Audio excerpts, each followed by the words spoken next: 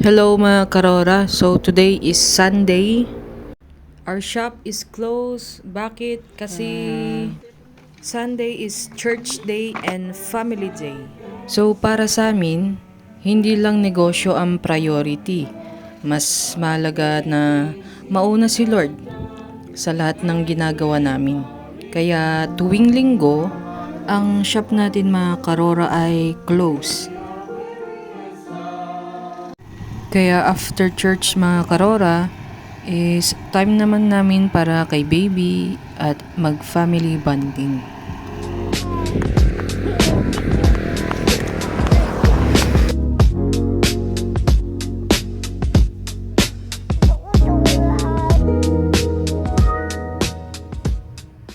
Simple moments like eating together, kwentuhan at tawanan.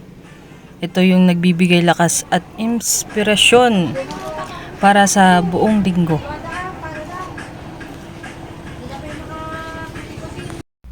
Kaya mga karora, tandaan, hindi lang puro trabaho.